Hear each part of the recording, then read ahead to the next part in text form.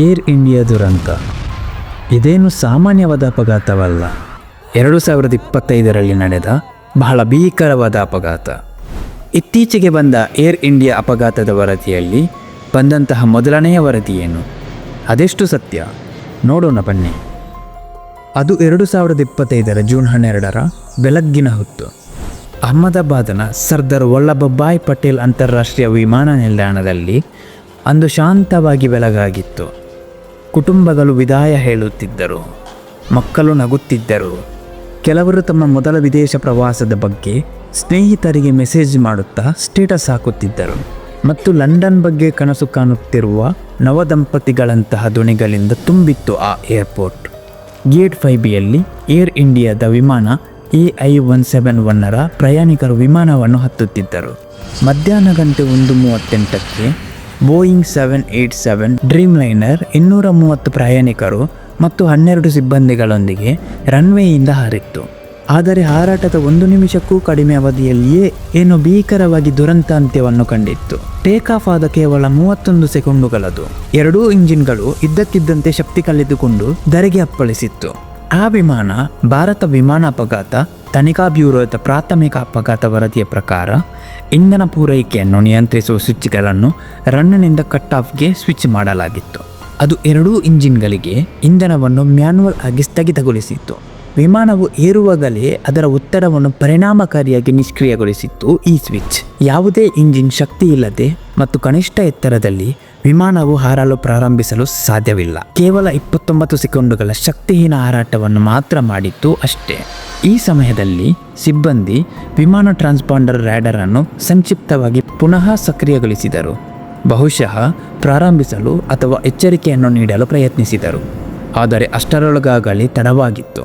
ಮಧ್ಯಾಹ್ನ 1:38 ಆ ವಿಮಾನವು ರನ್ವೇಯ ಕೊನೆಯಿಂದ ಕೇವಲ 1.6 ಕಿಲೋಮೀಟರ್ ದೂರದಲ್ಲಿರುವ BG ವೈದ್ಯಕೀಯ ಕಾಲೇಜಿನ ಸಮೀಪದ ಹಾಸ್ಟೆಲ್ ಕಟ್ಟಡಕ್ಕೆ ಅಪ್ಪಳಿಸಿತ್ತು. ಪರಿಣಾಮವಾಗಿ ಸಂಭವಿಸಿದ ಸ್ಫೋಟವು 241 ಜನರನ್ನು ಕೊಂದಿತ್ತು ಮತ್ತು ಹಾಸ್ಟೆಲ್ನಲ್ಲಿ ಇದ್ದಂತಹ 19 ಜನರನ್ನು ಸೇರಿಸಿ ಎಲ್ಲರೂ ಸಾವನ್ನಪ್ಪಿದ್ದರು. ಆದರೆ ಒಬ್ಬನನ್ನು ಬಿಟ್ಟು ಅವನು ಹೇಗೋ ಪವಾಡ ಸದೃಶ್ಯವಾಗಿ ಬದುಕುಳಿದಿದ್ದ. ಇತ್ತೀಚೆಗಷ್ಟೇ ಏರ್ ಇಂಡಿಯಾ ತನ್ನ ಮೊದಲನೇ ವರದಿಯನ್ನು ಪ್ರಸ್ತಾವಿಸಿದೆ. ಅದರ ಪ್ರಕಾರ ತನಿಖಾಧಿಕಾರಿಗಳು ಯಾವುದೇ ಯಾಂತ್ರಿಕ ವೈಫಲ್ಯವನ್ನು ಕಂಡುಹಿಡಿದಿಲ್ಲ. ಇಂಜಿನ್ಗಳು, ಇಂಧನ ವ್ಯವಸ್ಥೆಗಳು ಮತ್ತು ಆನ್ಬೋರ್ಡ್ ನಿಯಂತ್ರಣಗಳು ಅಸಮರ್ಪಕ ಕಾರ್ಯದ ಯಾವುದೇ ಲಕ್ಷಣಗಳನ್ನು ತೋರಿಸಿಲ್ಲ. ಅಲ್ಲಿ ಕಾಕ್ಪಿಟ್ನಲ್ಲಿ ಆಗಿದ್ದೇನು? ಹಾಗಾದರೆ ಈ ಪೈಲಟ್ಗಳ ಎಕ್ಸ್ಪೀರಿಯನ್ಸ್ನ ಕೊರತೆಯೇ? ಆ ತರಹ ನೋಡಿದ್ರೆ ಕ್ಯಾಪ್ಟನ್ ಸುಮಿತ್ ಸಬರ್ವಾಲ್ಗೆ ಸುಮಾರು 15,000 ಗಂಟೆಗಳ ಹಾರಾಟದ ಅನುಭವವಿತ್ತು. ಅವರ ಜೊತೆ ಕೋ ಕ್ಯಾಪ್ಟನ್ ಕ್ಲೈವ್ ಕುಂದರ್ಗೆ ಸುಮಾರು 3,500 ಗಂಟೆಗಳ ಹಾರಾಟದ ಅನುಭವವಿತ್ತು. ಇವರು ತಪ್ಪು ಮಾಡೋ ಸಾಧ್ಯತೆ ತುಂಬ ಕಡಿಮೆ. ಇಷ್ಟೊತ್ತಿಗಾಗಲೇ ಸಮಯ ಕಳೆದು ಹೋಗಿತ್ತು. ಪೈಲಟ್ಗಳು ಎಷ್ಟೇ ಪ್ರಯತ್ನ ಪಟ್ಟರೂ ವಿಮಾನ ಮೇಲೆ ಏರಲು ಕೇಳಲೇ ಇಲ್ಲ. ಇಷ್ಟು ಹೊತ್ತಿಗೆ ಅಂದರೆ 1:39 ಸೆಕೆಂಡುಗಳಿಗೆ ಪೈಲಟ್ ಏರ್ ಕಂಟ್ರೋಲ್ ಸ್ಟೇಷನ್ಗೆ ಕಾಂಟ್ಯಾಕ್ಟ್ ಮಾಡಿ 3 ಬಾರಿ ಮೇಡೇ ಮೇಡೇ ಮೇಡೇ ಅಂತ ಕಾಲ್ ಕೊಡುತ್ತಾರೆ. ATC ಅವರನ್ನು ಮತ್ತೆ ಕಾಂಟ್ಯಾಕ್ಟ್ ಮಾಡೋದಕ್ಕೆ ಪ್ರಯತ್ನ ಪಡುತ್ತೆ. ಆದರೆ ಅಷ್ಟೊತ್ತಿಗಾಗಲೇ ಅನಾಹುತ ಆಗಿ ಹೋಗಿತ್ತು. ಇದು ಅವತ್ತು ಆದ ಘಟನೆ. ಆದರೆ ಅಪಘಾತದ ನಂತರ ಕಾರ್ಯಾಚರಣೆ ಪ್ರಾರಂಭವಾಗುತ್ತೆ. ವಿಮಾನದಲ್ಲಿ ಬ್ಲ್ಯಾಕ್ ಬಾಕ್ಸ್ ಅನ್ನೋ ಒಂದು ಸಾಧನವಿರುತ್ತೆ. ಇದನ್ನು ಹೇಗೆ ವಿನ್ಯಾಸ ಮಾಡಿರುತ್ತಾರೆ ಅಂದರೆ ಎಂತಹ ಅಪಘಾತದಲ್ಲೂ ಇದು ನಾಶವಾಗುವುದಿಲ್ಲ. ಏಕೆಂದರೆ ವಿಮಾನದ ಎಲ್ಲ ಚಲನವಲನಗಳು ಇಂಚು ಬಿಡದೆ ಇದರಲ್ಲಿ ರೆಕಾರ್ಡ್ ಆಗಿರುತ್ತೆ. ಇದನ್ನು ರಿಕವರ್ ಮಾಡಿಕೊಂಡಂತಹ ರಿಸರ್ಚ್ ತಂಡ ಅಲ್ಲಿ ಒಬ್ಬ ಪೈಲಟ್, ನೀವು ಇಂಧನವನ್ನು ಏಕೆ ಕಡಿತಗೊಳಿಸಿದ್ದೀರಿ ಎಂದು ಕೇಳುತ್ತಿರುವುದು. ಇದಕ್ಕೆ ಇನ್ನೊಬ್ಬ ಪೈಲಟ್, ನಾನು ಮಾಡಲಿಲ್ಲ ಎಂದು ಉತ್ತರಿಸಿದ ಕನ್ವರ್ಸೇಷನ್ ಅನ್ನು ಗಮನಿಸುತ್ತೆ. ಆದರೆ ಸ್ವಿಚ್ಗಳನ್ನು ಯಾರು ನಿರ್ವಹಿಸುತ್ತಿದ್ದರು ಎಂಬುದನ್ನು ವರದಿಯು ಖಚಿತಪಡಿಸಿಲ್ಲ. ನಾವು ರಿಪೋರ್ಟ್ ಪ್ರಕಾರ ನೋಡುವುದಾದರೆ ವಿಮಾನ ಹಾರಾಟದ ನಂತರ ಇಂಜಿನ್ಗೆ ಫ್ಯೂಯಲ್ ಸಪ್ಲೈ ಸ್ಥಗಿತವಾಗಿತ್ತು. ಇದಾದ ಬಳಿಕ ಕೇವಲ 10 ಸೆಕೆಂಡಿಗೆ ಅಂದರೆ 1:38:52 ವಾಪಸ್ ಮೊದಲನೇ ಇಂಜಿನ್ ಸ್ವಿಚ್ ಆಫ್ನಿಂದ ಆನ್ ಮಾಡುತ್ತಾರೆ. ಇದರ ಬಳಿಕ 4 ಸೆಕೆಂಡುಗಳಲ್ಲಿ ಎರಡನೇ ಸ್ವಿಚ್ ಅನ್ನು ಕೂಡ. ಇತ್ತೀಚೆಗಷ್ಟೇ ಏರ್ ಇಂಡಿಯಾ ತನ್ನ ಮೊದಲನೇ ವರದಿಯನ್ನು ಪ್ರಸ್ತಾವಿಸಿದೆ.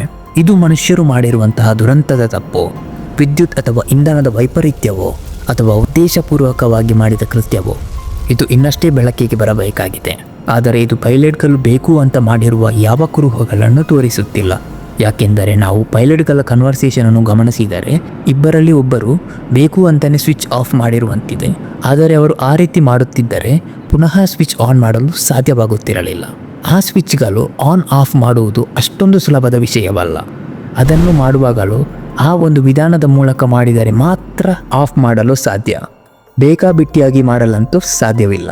ಇದರ ಬಗ್ಗೆ ಮಾಹಿತಿ ಕಲೆ ಹಾಕುತ್ತಿರುವ ರಿಸರ್ಚ್ ತಂಡ ಆ ವಿಷಯವನ್ನು ಗಾಢವಾಗಿ ಅಧ್ಯಯನ ಮಾಡುತ್ತಿದೆ. ಕೊನೆಯ ರಿಪೋರ್ಟ್ ಬಂದ ಬಳಿಕವೇ ಅಲ್ಲಿ ನಿಜವಾಗಿ ಆದ ಎಡವಟ್ಟೇನು ಎಂದು ತಿಳಿಯಬೇಕಾಗಿದೆ. ಮೃತರ ಕುಟುಂಬಗಳಿಗೆ ಏರ್ ಇಂಡಿಯಾ ರೂಪಾಯಿ 1 ಕೋಟಿಯನ್ನು ಪರಿಹಾರವಾಗಿ ನೀಡಿದೆ. ವಿಮಾ ಮಾರ್ಗಗಳು ಮತ್ತು ಕಾನೂನು ಬೆಂಬಲದ ಮೂಲಕ ಹೆಚ್ಚುವರಿ ನೆರವಿನ ಭರವಸೆ ನೀಡಲಾಗಿದೆ. ಭಾರತ ಸರ್ಕಾರವು ಸಂಪೂರ್ಣ ತನಿಖೆಗೆ ಆದೇಶಿಸಿದೆ. ರಾಜಸ್ಥಾನದ ಮಾಜಿ ಮುಖ್ಯಮಂತ್ರಿ ಅಶೋಕ್ ಗೆಹ್ಲೋಟ್ ನ್ಯಾಯಾಂಗ ತನಿಖೆಗೆ ಆಗ್ರಹಿಸಿ 1 ವರ್ಷದೊಳಗೆ ನಿರೀಕ್ಷಿತ ಅಂತಿಮ ವರದಿಗಾಗಿ ಕಾಯುವಂತೆ ಸಾರ್ವಜನಿಕರನ್ನು ಒತ್ತಾಯಿಸಿದ್ದಾರೆ. AI-171 ವಿಮಾನದಲ್ಲಿ ಏನಾಯಿತು ಎಂಬುದು ಇನ್ನೂ ಸಂಪೂರ್ಣವಾಗಿ ಅರ್ಥವಾಗದಿರಬಹುದು.